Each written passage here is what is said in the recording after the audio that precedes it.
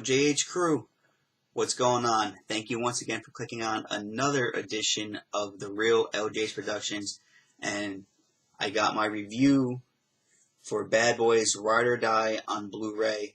I saw this movie twice in theaters. To me, it is the best Bad Boys out of the entire franchise.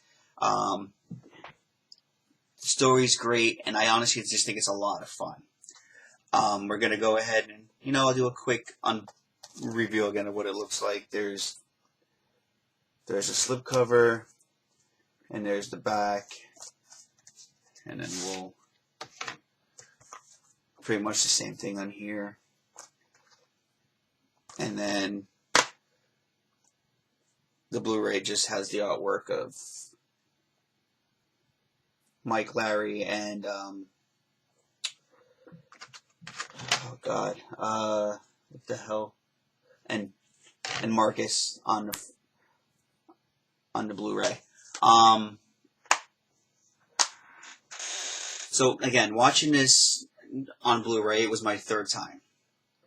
And the reason why it's on Blu-ray, which I had mentioned in the unboxing video for this movie, is because I already own Bad Boys, Bad Boys 2, and Bad Boys for Life on Blu-ray. Normally, I don't like to double dip unless I think it's really worth it, or unless the 4K upgrade is worth it.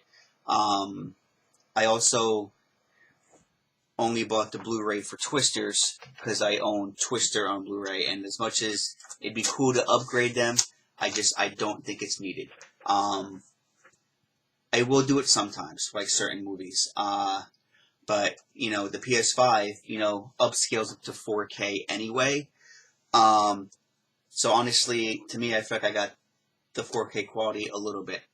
So I will say this. On Blu-ray, the colors in Bad Boys pop. I think Bad Boys Ride or Die was actually shot very well, number one. I believe it was shot with an IMAX camera, because I do believe Bad Boys was shot for IMAX. So I think that helped with the cinematography of this movie and stuff like that as well. And it is, and you can see that they really worked on it for 1080p, even with the Blu-ray. Of course, the 4K would be better, but like I said, with the PS5, it does upscale it, so it does sharpen the 1080p as well. And honestly, it's, like I said, I don't like to double dip if I don't have to. I owned all the rest of them Blu-ray, so there was no reason to go to 4K. I will do it sometimes, depending on the film. But, like I said, I really, really enjoyed this film, even the third time, especially when, Marcus has his scare that he's gonna, that he was brought back for a reason, and he's driving Mike nuts for the whole film about how he can't die, and then he gets to that end sequence of the film, and, at this, Marcus is being held at gunpoint. He's like, "I'm scared, Mike," and so Mike, throughout the entire film, kind of wasn't saying anything to Marcus, and then he says to the villain at the end, he goes, "I happen to know something about one of those victims that you don't. One of them can't die." And when Marcus comes out, he goes, "The fuck you mean, Mike?"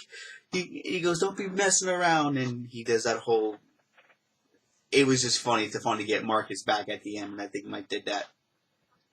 And of course, the best, and then the sequence with Reggie at the end, where they let him cook the chicken because they finally realized that he's not someone to mess with, because he ended up freaking taking out a whole bunch of people at the house when they tried to get them held hostage. That was really, really funny. Like, we gonna let him cook that chicken. Yeah, but this movie's a lot of fun, and I really enjoyed it the third time. I love the chemistry that Martin Lawrence and Will Smith have in this movie. Like I said, to me, it's definitely the best in the franchise, and to me,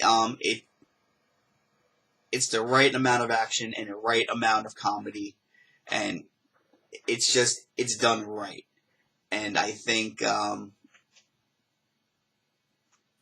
and they kept it, they kept it rated R, but they didn't, they weren't overbearing in this one with the F-bombs and stuff like that, like the second one and the third one was, and the first one was. It's like right to the minimum. Like, there's not a lot of, like, not that I mind cursing, but you shouldn't have to hear you shouldn't have to hear fuck like 5 times in like in like one piece of dialogue. It's not always necessary. That's another reason why I like this movie. And then I like the story they did with the captain to keep his legacy alive and how he was framed and stuff like that. It's done really good. So, and like I said, it looks really, really sharp, even on Blu-ray. So, is it worth picking up? Is the main question. If you didn't buy Bad Boys Ride or Die on physical media, is it worth getting? Yes. Like I said, I personally own it on Blu-ray, but if you want to get it on 4K, I completely understand, and I definitely think it's worth it.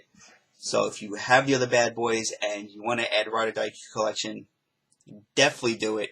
It is a great film, and it's just all-out fun. But with that being said, guys, this does end my review on Bad Boys Ride or Die. I hope you liked this video. If you did, hit those notification bells so you know when I post a video. Subscribe to the channel if you're already. Check out the TikTok at The Real LJH Productions as well. Leave comments down below. Which one out of the Bad Boys movies is your favorite? Is it Bad Boys 1? Is it Bad Boys 2? Is it Bad Boys for Life? Or is it Ride or Die? I'd like to hear from you guys. Let me know down below. And give this video a massive thumbs up as well. And remember, guys, once you hit 500 subscribers, that copy of Spider-Man 2 is here. I cannot wait to give that away. And I will see you all real soon. And as they say in the movies, cue the lights.